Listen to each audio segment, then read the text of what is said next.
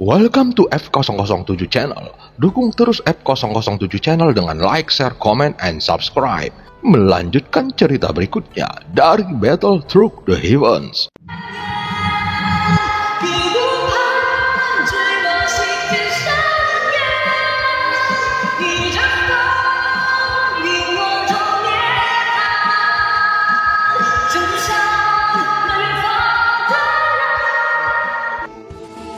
Selamat beraktivitas dan terima kasih atas dukungannya selama ini. Semoga semua sobat F007 selalu diberikan kesehatan dan rezeki yang berlimpah. Amin ya robbal alamin.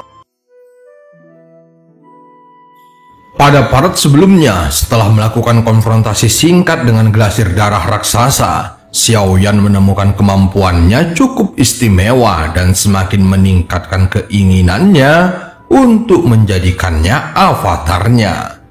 Adapun di sekte boneka dewa, Yan Yuan dan lainnya masih belum berhasil menyempurnakan boneka dewa avatar Juci, sehingga leluhurnya meminta semuanya untuk mengorbankan masing-masing satu boneka dewa mereka. Saat ini avatar dewa asli bergerak dengan kecepatan penuh, sementara itu glasir darah raksasa tampak tidak mengerti mengapa avatar dewa asli tiba-tiba melarikan diri. Tidak peduli alasannya, glasir darah raksasa ini tidak akan melepaskan kesempatan baik ini. Bagaimanapun, sudah sangat sulit untuk menemukan dewa asli yang masih hidup. Darah dewa asli, aku telah menunggu selama ribuan tahun. Aku tidak akan membiarkannya melarikan diri. Jika tidak, aku tidak akan pernah menemukannya lagi. Glasir darah raksasa bergumam pada dirinya sendiri dan segera bergerak mengejar avatar dewa asli. Dalam kehampaan terlihat ada dua raksasa, satu di depan dan satu di belakang. Tubuh mereka yang besar membuat siapapun yang melihatnya akan langsung terkejut.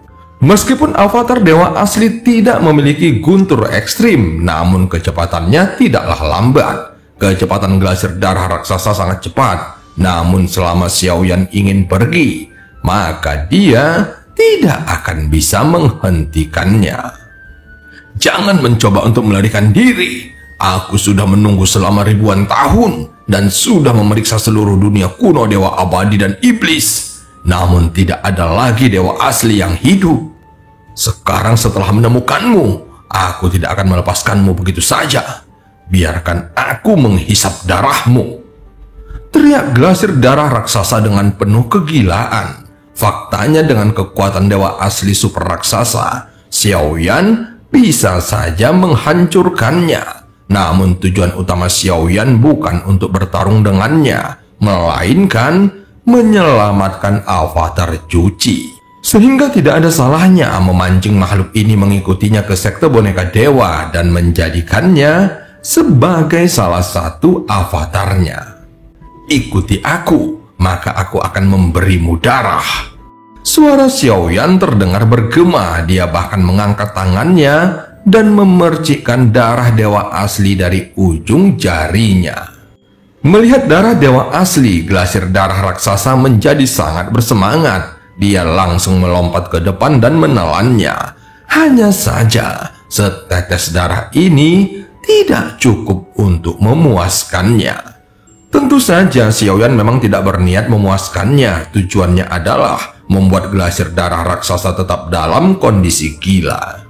Segera dua raksasa itu tiba di belakang kompas terbang. Di sekitar kehampaan ada puluhan sosok yang mengikuti dan kemunculan dua raksasa ini membuat sosok-sosok itu terkejut. Apa ini? Ras apa ini? Mengapa begitu besar? Tampaknya mereka juga tertarik oleh aroma pil ini. Kelihatannya pil di depan adalah pil dewa.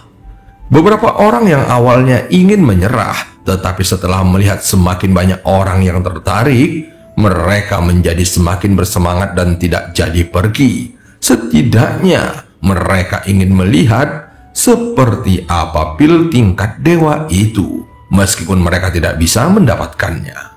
Di atas kompas terbang, Xiaoyan menggerakkan tangannya dan nyala api yang dikendalikan di antara kelima jarinya tampak seperti menari-nari, sehingga banyak bahan obat di dalam nyala api yang berubah menjadi cair. Untuk memurnikan pil tingkat dewa, semua bahan obat harus dalam kondisi hampir sempurna. Tentu saja, ekstraksi tanaman obat apapun memerlukan tingkat pengendalian api yang sangat tinggi dan sangat sulit. Namun Xiaoyan memiliki hubungan yang tak terpisahkan dengan api di sepanjang hidupnya. Ini adalah cara kultivasinya dan api mengikuti hatinya, sehingga nyala api itu bergerak fleksibel 5 jarinya, seolah-olah api adalah bagian tubuhnya. Hal inilah yang menyebabkan mengapa hanya ada sedikit alkemis yang bisa memurnikan pil tingkat dewa. Kebanyakan dari mereka hanya dapat mencapainya dengan memusatkan perhatian pada seni pemurnian obat seumur hidup. Namun Xiaoyan adalah pengecualian yang langka. Di antara kuali obat, bahan obat berubah menjadi aliran cahaya dan menyapu ke dalamnya. Di tengah penggabungan banyak bahan obat, pil itu akhirnya berhasil terbentuk. Xiaoyan menghela napas panjang. Walaupun pemurnian pil ini tampaknya berhasil, namun itu masih berada di tingkat suci. Untuk bisa meningkatkannya menjadi pil tingkat dewa, Xiaoyan harus melakukan pemurnian yang lebih sulit lagi. Aku tidak tahu berapa banyak pemurnian lagi yang diperlukan untuk meningkatkan pil dewa laut biru ini menjadi pil tingkat dewa. Xiaoyan bergumam pada dirinya sendiri. Saat ini keringat membasahi dirinya. Bahan obat untuk pil ini hanya ada 1 set, jadi dia tidak boleh gagal. Meskipun beberapa bahan obat yang langka telah berhasil ditanam di Taman Lingpu, namun darah murni keabadian para dewa bukanlah sesuatu yang mudah didapat. Di antara sosok-sosok yang mengejar di belakang kompas terbang, yang paling kuat hanyalah keabadian kaisar. Kebanyakan dari mereka hanya berada pada langkah pertama atau kedua keabadian kaisar. Tidak ada keabadian para dewa yang muncul. Bagaimanapun, keabadian para dewa tidak mau mengambil resiko demi mendapatkan pil ini. Keabadian para dewa juga biasanya lebih memilih menculik alkemis yang bisa memurnikan pil tingkat dewa. Saat ini Xiaoyan tidak peduli dengan apa yang terjadi di sekitarnya. Bagaimanapun, dia memiliki avatar dewa asli untuk melindunginya. Jadi, dia hanya perlu fokus pada penyempurnaan pil. Xiaoyan segera menggerakkan tangannya lagi untuk terus menyempurnakan bahan obat. Setiap kali penyempurnaan berhasil, akan ada aroma pil yang harum. Namun aroma ini tidak disimpan oleh Xiaoyan, melainkan dilepaskan ke dalam kehampaan sehingga berubah menjadi kabut yang tebal. Aroma pil ini seperti darah dewa asli bagi glasir darah raksasa. Bagi banyak sosok dan sekawanan nyamuk iblis beracun, aroma ini juga sangat menggoda. Di bawah pengaruh aroma pil yang terus-menerus, mereka akhirnya semakin mendekati sekte boneka dewa. Apakah seseorang telah memprovokasi orang ini? Jelas dia pergi sendirian, tetapi dengan cara ini, dia bisa mengikuti banyak pengikut. Apakah avatar ini juga seorang alkemis? Saat ini Xiaoyan bergerak dengan sangat cepat, namun tidak jauh darinya ada sebuah cahaya. Jika diperhatikan baik-baik, itu adalah seorang wanita dengan mata seperti bunga persik yang terlihat cantik. Wanita ini adalah Yuyan.